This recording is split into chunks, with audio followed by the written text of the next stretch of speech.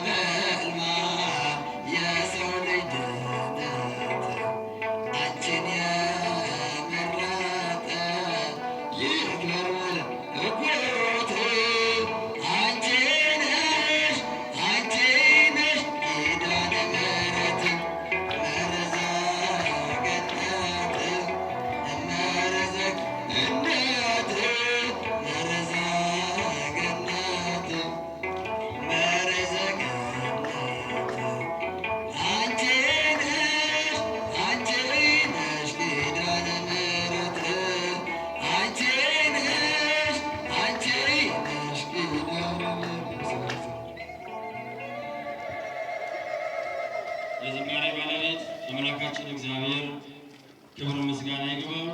ለዘማሪ ዲያቆን ምስጋናው ዝማሬ መላእክት ያሰማልን፣ ዝማሬ መላእክት ያሰማልን። አምላካችን በዓሉን የተቀደሰ የተባረከ አድርጎ በሰላም ያዋለና አምላክ ክብር ምስጋና ይግባው። እንደው መቼም እንደው ተተነሳው ዘንድ እንጂ እናንተ ሳታውቁት ቀርታችሁ የማታውቁት እመቤታችንን የማታውቋት ሆናችሁ መስቀሉን የማታውቁት ሆናችሁ የቤተ ክርስቲያንን ጸጋና ክብር እግዚአብሔር ቤተ እግዚአብሔር ስሟም ቤተ እግዚአብሔር ሳታውቁት ቀርታችሁ እኔ ልነግራችሁ አይደለም። ግን አንዳንድ ሰዎች አስመስሎ ሲናገር ይሄ እኮ ዝም ብሎ ተራ እንደዚህ ነው ሲሉ እንደው ሞኝ እውነት ሊመስል ይችላል። እግዚአብሔር ያከበረውን ማን ያዋርደዋል? እግዚአብሔር የመረጠውን እግዚአብሔር ደግሞ ወደሱ ያቀረበውን ማን ያደርገዋል? እግዚአብሔር አለ ይሁናል። በዚህ ምክንያት እንደውም መጽሐፍ ቅዱስ ላይ አንድ የሆነ የንጉሥ አሽከር ጣዖት እዚያ አሕዛብ ሀገር ሄዶ የኢየሩሳሌምን አፈር ፊቱ አድርጎ ያለ ጣዖቱ ሲሰግድ ይሄ ደግሞ ጌታ የቆመበት ነው ብሎ የኢየሩሳሌምን አፈር እዚያ አድርጎ ይሰግድ ነበር። በዚህ ተጠቅሞበታል። ፍጡር ነው አፈሩ ፈጣሪ አይደለም። እና እግዚአብሔር ያከበረውን ማክበር ነው። እግዚአብሔር የሰጠንን ጸጋ ጊዜ ስጥልን ብለን እጃችንን ዘርግተን መቀበል፣ እመቤታችንን መስቀሉንም ጽላቱንም እግዚአብሔር የሰጠን እስከሆነ ድረስ ተቀብለን መጠቀም ነው የኛ ድርሻ። ይሄ እና አሁንም እግዚአብሔር በዓሉን የሰላም የደስታ አድርጎ በሰላም ያዋለን ክብር ምስጋና ይግባው። በሀገራችን የተቃጣውንም መቅሰፍት ደግሞ እሱ ያስታክስልን፣ ዘመኑንም የበረከት የደስታ የረድኤት ያድርግልን። እግዚአብሔር ከእናንተ ጋር ይሁን። የእመቤታችን በረከት አይለያችሁ። አቡነ ዘበሰማያት